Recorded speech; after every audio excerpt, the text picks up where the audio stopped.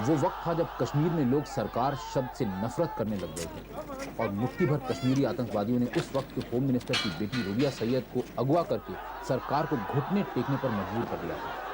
वो वक्त था जब कश्मीरी नौजवानों के लिए मिलिटेंट होना फख्र की बात बन गई थी। ऐसे माहौल में बहुत से नौजवान भटक गए थे और कुछ तो इंसानियत भी खो बैठे थे।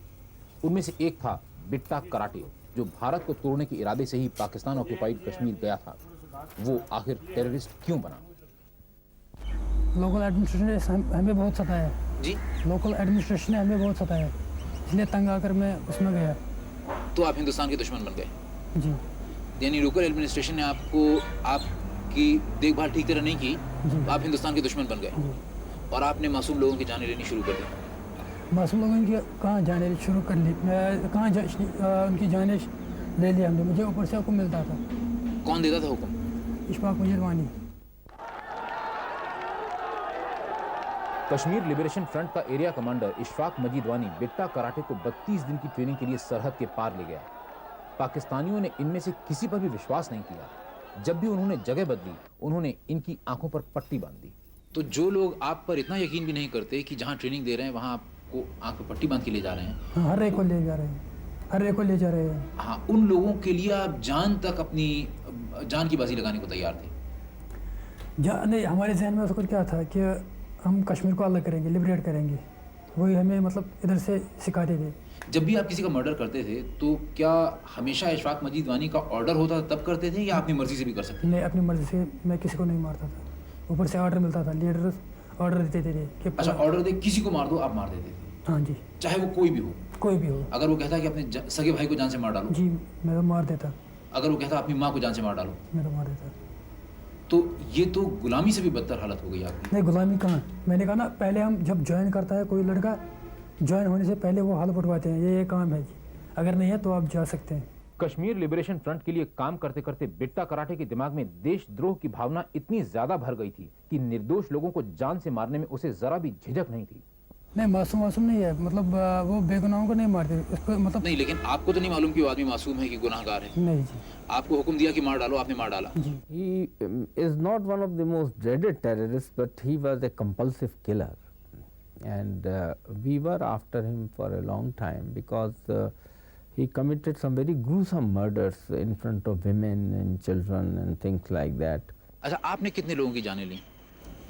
मुझे याद नहीं कितने लोग हैं। यानी आपने इतने सारे लोग मार डाले कि आपको नहीं। ये भी नहीं याद कि आपने कितने लोग मार डाले? 10-12 हमारे होंगे। 10-12 की 20? अब 20 ही लगा दीजिए, 20 ही हमारे। सारे के सारे कश्मीरी पंडित थे कि कोई मुसलमान भी थे उसमें? मुस्लिम थे उसमें। कितने मुस्लिम, कितने कश्मीरी पंडित थे? ज्यादा कश्मीरी पंडित थे? जी। क्यों, ऐसा क्यों? ऊपर से ऑर्डर मिलता था, मैंने कहा। अच्छा, पहला जिस आदमी को पहले आपने जान से मारा वो कौन था?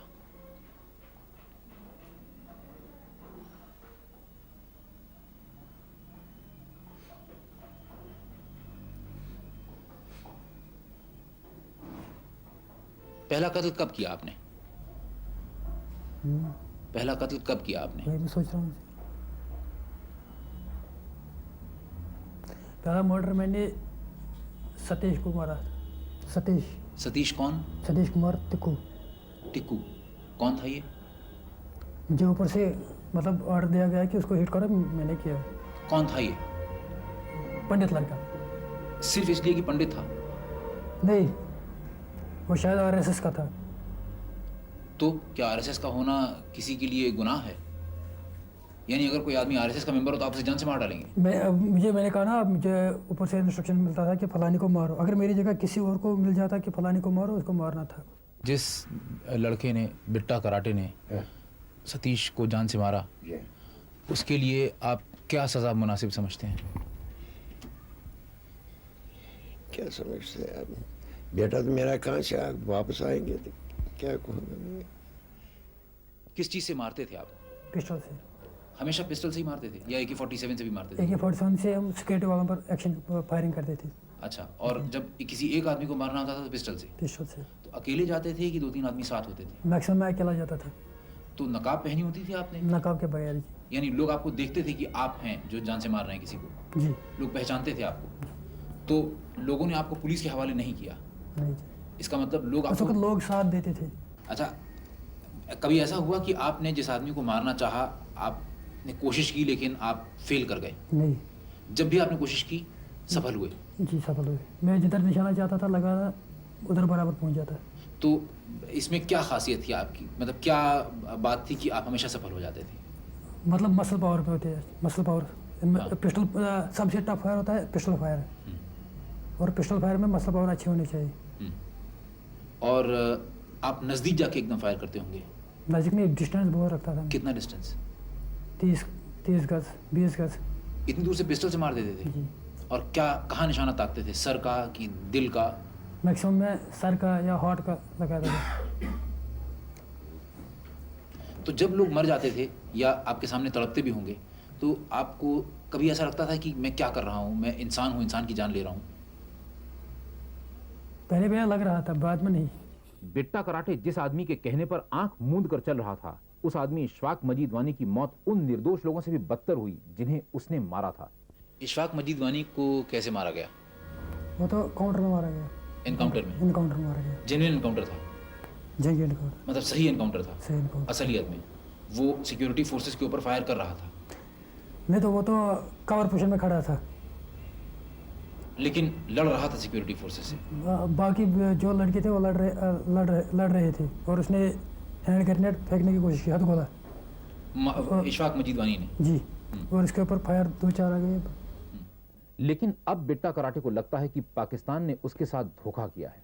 उन्होंने कहा पहले जब मैं 88 में जब मैंने इन्फिल्ट्रेशन की, तब उधर जब ट्रेनिंग की, उन्होंने कहा कि आप अंदर से कुछ करो, जब लोग आपके साथ होंगे तो बाकी हम कुछ करें, बाकी हम सब हम पर डालो। यानी पाकिस्तान हिंदुस्तान पे अटैक करेगा, जंग करेगा। तो फिर ऐसा तो हुआ नहीं? ऐसा तो नहीं हुआ। तो आपको कैसा महसूस हुआ? अब तो दुख हो रहा है बहुत। मतलब आपको ऐसा लगा कि आपके साथ धोखा हुआ? बहुत धोखा हुआ है।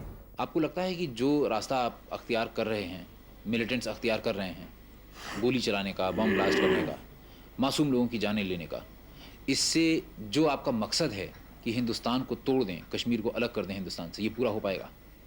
मेरे ख्याल में मुश्किल मुश्किल है कि नामुमकिन है? मुश्किल है, मुश्किल भी है और नामुमकिन भी है।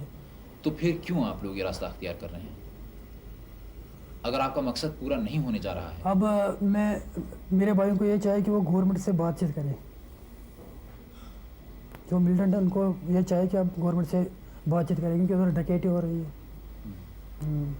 रैप्स हो रहे हैं। क्या हो जाए? रैप्स हो रहे हैं उधर। रेप्स हो रहे हैं? जी। किसके? वो तो लड़कियों के रेप्स हो रहे थे। कौन कर रहा है? पता नहीं कौन कर रहा है, मतलब हो रहे हैं ना, बहुत जुल्म हो रहा है उधर, डकैती हो रही है, गन पॉइंट पर पैसे ले रहे हैं मिलिटेंट्स? मिलिटेंट सब। और लड़कियों का रेप भी करते हैं मिलिटेंट्स? अब रैप भी कर रहे हैं। और लोगों के ऊपर ये भी दबाव डाल रहे हैं कि अपनी लड़की की शादी फलां से कर दो, अपनी लड़की की शादी फलां से कर दो।